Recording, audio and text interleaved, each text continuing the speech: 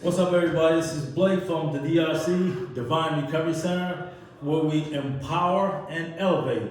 And today I have with me Carrie-Ann Cacavaro, and she's going to share with us her self-empowerment and her elevation. Carrie-Ann? Thank you, Blake. I'm very grateful to be here. I always like talking about elevation and self-empowerment. I think, like a lot of us, when we first enter these rooms and like started off on our journey, like it wasn't to empower ourselves or to elevate or to like get anywhere. It was like literally to not be sick and not like feel the way that we're feeling or live the lifestyle, just to get out of that moment for like 2 or 3 minutes. And I think for those of us who were blessed with the ability to like grow and continue in our sobriety and excel in our sobriety and then be able to work in the field, which a lot of the times like that gets really messed, like it's hard working in this field regardless of like what level you're at, because you're constantly having to like self-reflect and like take a look at your actions or how you responded or the right decision. And like for me, I had no intention of like living a better life. Like when I got clean, it was literally to shut the courts up. It was to get out of jail. I wasn't trying How long have you to. been clean? I got 10 years June 3rd, so I'll have 11 years this June 3rd. Okay, all right, Yeah. cool. All right, 11 years. I remember when you first came around, too. Yeah. I actually remember you from when I was at the Mara Center, like way back, like 2010, 2011. Damn, okay. All right. Way back then. Marathon, what the hell is that? Salisbury. Oh, that's right, Salisbury. Yeah. Okay, all right, yeah. Because I think you used to go to like the Hable meetings and stuff. I did, yes. Yeah. I've been to a whole bunch of meetings that are either no longer around or I don't go anymore, just, life happens. Yeah, social Meetings events. were so different back then. Like they A lot really different. were. There were so many more people that were in them. Yeah. And yeah, you're right. Now things have just... Yeah, they've changed for the better. Sometimes they have not changed. Like I'm grateful that like when I came in, like there were, getting clean in Lynn, and like the women in Lynn that were like, sit your ass down, put your hands down, like you're acting crazy. Yeah. Like, but I think, in that, there were points where, like, after a month or after a few months, it was like, okay, this isn't getting that bad. Like, it's not as difficult as my brain, like, told me that it was going to be. And I can honestly say, I don't know about anybody else. Like, for me, I just followed the direction that people, like, sort of guided me in. Yeah. I wasn't like, I'm gonna stay clean for 10 years. I'm gonna have a house. I kind of just assumed, like, if I wasn't on drugs, I'm gonna have somewhere to live. I'm gonna have a better job. Let me ask you this. Nowadays we hear a lot about multiple pathways. Mm-hmm. And what has been your experience? Have you dealt with a lot of people in terms of multiple pathways? Yeah. Okay. Yeah. All right. So you have direct contact with people. Yeah. Okay. Yeah. So I own a female sober house.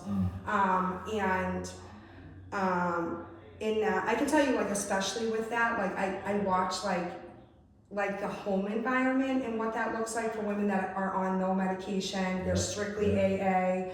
They believe in, like, full abstinence to, like, how some women can be treated if they're, on methadone and other medications. And I don't like anybody, being treated differently because of a diagnosis or because of like a medication that's keeping them alive. Like at the end of the day, it's keeping them alive. Like this might be this is how this person is presenting right now, but maybe eventually in a few years from now, like they'll lower their dose, or even if they don't, we shouldn't be treating anybody differently, because then at the end of the day, when they're dead, we're all going to be sitting there going, oh my gosh, I wish they stuck around. So it's like in those moments, love the person for like who they are, and not like what their diagnosis is or what their medication is. A lot of the information you're saying now, I first became aware by going to these recovery-related events. More event, recovery centers. Because of my position now, I find myself everywhere lending a critical ear to what's being said and allowing it to be what it needs to be for me, and to listen to, most importantly, all the other people that are in the position to share whatever it is that's keeping the door open to help people to bring them in. Because now in the recovery world, there are like is it a court system? Mm-hmm. I think instead of going to jail, Mm-hmm. you go to this program versus jail, because what good's it gonna do? Right. You know, what good's it gonna do? Yeah. Well, with that being said, There's a corner to turn? there is. Like, I do believe that at some points in some of our lives, this is not for everybody, Yeah. but there does need to be some level of consequences or, like reiteration. Like it needs to be reiterated. Like if Yeah. you do not do this, there has to be some sort of like a negative outcome. I'm not saying serving jail time, Yeah. but for the person that I am, this is just my experience. Like I needed to have like the consequences of the courts Mhm. to hold me accountable. But there's a fine line with that, because you're kind of putting people's freedom in one single person's hand, and they may need a higher level. Let me ask you this. Need Do more. you think that Massachusetts has it good as it relates to recovery/resources versus other places, if you're aware of other places? I would say, yeah, we are very lucky. Like if you go to Maine, they do not have the resources that we have. Yeah. They do not have the policies that we have. They do not have like the quick access to like recoveries. They do have recovery centers, but not the amount that we have. I think you have to pay to be on methadone. Really? Yeah. How much But the is it? last time I checked, that's what it was. That could have changed. How but much you gotta pay to be on methadone? I don't know. Wow, I I don't never know. heard that. Yeah. Wow. Yeah, And like even for detox, like they don't have the bed availability. They don't have like the state bed availability. Their homeless population is much higher than our homeless population. right. Let me ask you this. Right here in the state, when you drive down Mass Ave now, are you over, or have you, from when you were first going down there and seeing all of that, including the engagement center, have you been there? Mhm. Okay. Do you see relief from your own feeling from what you used to see versus what it has become now? That's sort of difficult, because like from what I see to what I know are two totally different things. Right. Do you get what I'm saying? Right. So yes, we don't see as many people congregating in one specific area. It's more spread out at this point. And I do believe that some people did get housing and did receive some sort of like living arrangements. I don't know how long that lasted. I don't know if that was only for COVID. When I drive down Mass and Cass, it breaks my heart. It only because like, regardless of what the person is presenting at in that moment, that's a human being. That's a mother, that's a father, that's somebody's child, that's a sibling, that's somebody's best friend, that's somebody's husband. And we're seeing how they're presenting in that moment, and whatever thoughts, you don't even have to speak on it, but there is a level of judgment that shouldn't be. That person is suffering. Yeah. If they choose to or not, it's not for us to decide. What you just said is kind of pretty much how I started traveling, because I wanted to see. Here, sitting there looking, I can see the physical part, I can see that. Yeah. But what's beyond that piece in here? Yeah. And the only way you're going to experience that is to engage with that person, which goes back to, you said, how you present yourself in these situations amongst people that are not where you're at. Yeah. And how it's wise to be mindful of what to and what not to. Yeah. And especially nowadays, because there's so many more people that are so sensitive. Yeah. And that's the culture we live in now, sensitive culture. Yeah, it's definitely a sensitive culture. It's definitely sensitive. Especially in the position that I work right now, which I'm very grateful to be in the position that I'm in. That's a fine line right there, because I am the coordinator for services over sentences under the district attorney's office, which I believe is repeat that again. services over sentencing. Are y'all listening to this? This is for you all. Services over sentencing. Okay. Yes, and it's a initiative under the district attorney's office, and we partner with North Suffolk and the Gavin Foundation along with BPD. Oh, say it again. Yes, the Gavin Foundation, yes. And like, really what it is we try to attach somebody to a recovery coach, offer them services who has open cases. I screen the cases, we try to make sure that they are appropriate. It's a voluntary program, so it's not like there's any repercussions at the end of it. And sometimes it's just walking through the door and clearing your warrant with your recovery coach. Like if you think about something as little as that, it's like, dude, that's hard. That's hard to do. Like our fear, doubts, and insecurities are like, I'll do it tomorrow. I'll do it tomorrow. And then tomorrow turns into 5 years. And it's like, makes it difficult to get a job or anything else, whatever. But like in the position that I have right now, it's a little different because it's through the district attorney's office. And let me ask you this: judges, DAs, and whomever else is in that circle, when you sit amongst them,